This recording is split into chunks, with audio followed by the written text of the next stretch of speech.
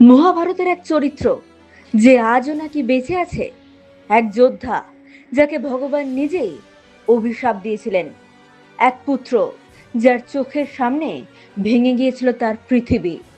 সে কি শুধু একজন নিষ্ঠুর খুনি, নাকি সে ছিল প্রতিশোধ আর যন্ত্রণার শিকার? আজ আমরা জানবো অশ্বত্থামার সেই অজানা কাহিনী। অশ্বত্থামা ছিলেন গুরু দ্রোণাচার্যের একমাত্র পুত্র। জন্ম থেকেই তিনি ছিলেন অসাধারণ। তার কপালে ছিল এক অলৌকিক মণি, যা তাকে প্রায় অজেয় করে তুলেছিল। বিশ্বাস করা হয় তিনি ছিলেন ভগবান শিবের আশীর্বাদ প্রাপ্ত। শুধু তাই নয়, তিনি একজন যোদ্ধা। তিনি ছিলেন ভয়ঙ্কর শক্তির আধার। কুরুক্ষেত্র যুদ্ধের সময় সবচেয়ে বড় আঘাত আসে অশ্বত্থামার জীবনে। তার বাবা দ্রোণাচার্য ছিলেন অপরাজেয়। তাকে পরাজিত করা প্রায় অসম্ভব ছিল।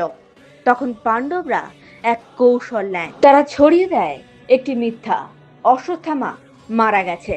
এই কথা শুনে ভেঙে পড়েন দ্রোণাচার্য। তিনি অস্ত্র ফেলে দেন, আর সেই সুযোগেই তাকে হত্যা করা হয়। এই বিশ্বাসঘাতকতা অশ্বত্থামার ভিতর সবকিছু ভেঙে দেয়। সেই রাত মহাভারতের সবচেয়ে অন্ধকার রাত। প্রতিশোধের আগুনে পুড়ে অশ্বত্থামা আক্রমণ করেন পাণ্ডবদের শিবির, কিন্তু তিনি পাণ্ডবদের খুঁজে পাননি। আর তখন তিনি এমন একটি কাজ করেন যা তাকে চিরকালের জন্য অপরাধী বানিয়ে দেয়। তিনি হত্যা করেন ঘুমন্ত অবস্থায় পাণ্ডবদের সন্তানদের। এক মুহূর্তে এক যোদ্ধা হয়ে উঠলেন এক অভিশপ্ত খুনি। কিন্তু এখানেই থামেনি তার প্রতিশোধ। রাগে, যন্ত্রণায় আর অন্ধ ক্রোধে অশ্বত্থামা করে বসলেন আরো এক ভয়ঙ্কর কাজ। তিনি আহ্বান করলেন মহাবিধ্বংসী অস্ত্র, ব্রহ্মাস্ত্র। তিনি এই অস্ত্র লক্ষ্য করলেন কোনো যোদ্ধার দিকে নয়, বরং এক নিরপরাধ গর্ভের দিকে। অভিমন্যুর স্ত্রী উত্তরার গর্ভে থাকা সেই অনাগত শিশুকে, যে ছিল পাণ্ডব বংশের শেষ আশা। এই ভয়ঙ্কর মুহূর্তে হস্তক্ষেপ করেন ভগবান কৃষ্ণ। নিজের দিব্য শক্তি দিয়ে তিনি রক্ষা করেন সেই শিশুকে। আর সেই শিশুই পরবর্তীতে পরিচিত হয় পরীক্ষিত নামে। এক নিরপরাধ শিশুকেও হত্যা করার চেষ্টা, এই পাপের পর অশ্বত্থামার জন্য অপেক্ষা করছিল এক ভয়ঙ্কর শাস্তি। ক্রুদ্ধ হয়ে ওঠেন ভগবান কৃষ্ণ, আর তিনি দেন এমন এক অভিশাপ যা মৃত্যুর থেকেও ভয়ঙ্কর। প্রথম অভিশাপ: তুমি অমর থাকবে, কিন্তু এই অমরত্ব হবে তোমার সবচেয়ে বড় যন্ত্রণা। দ্বিতীয়: তোমার শরীর সর্বদা ক্ষত বিক্ষত থাকবে, রক্ত ঝরবে, কিন্তু কোনোদিন সম্পূর্ণ সেরে উঠবে না।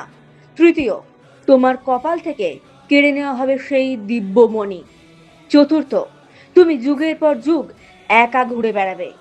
পঞ্চম: তুমি নিজের পাপের স্মৃতি কখনো ভুলতে পারবে না।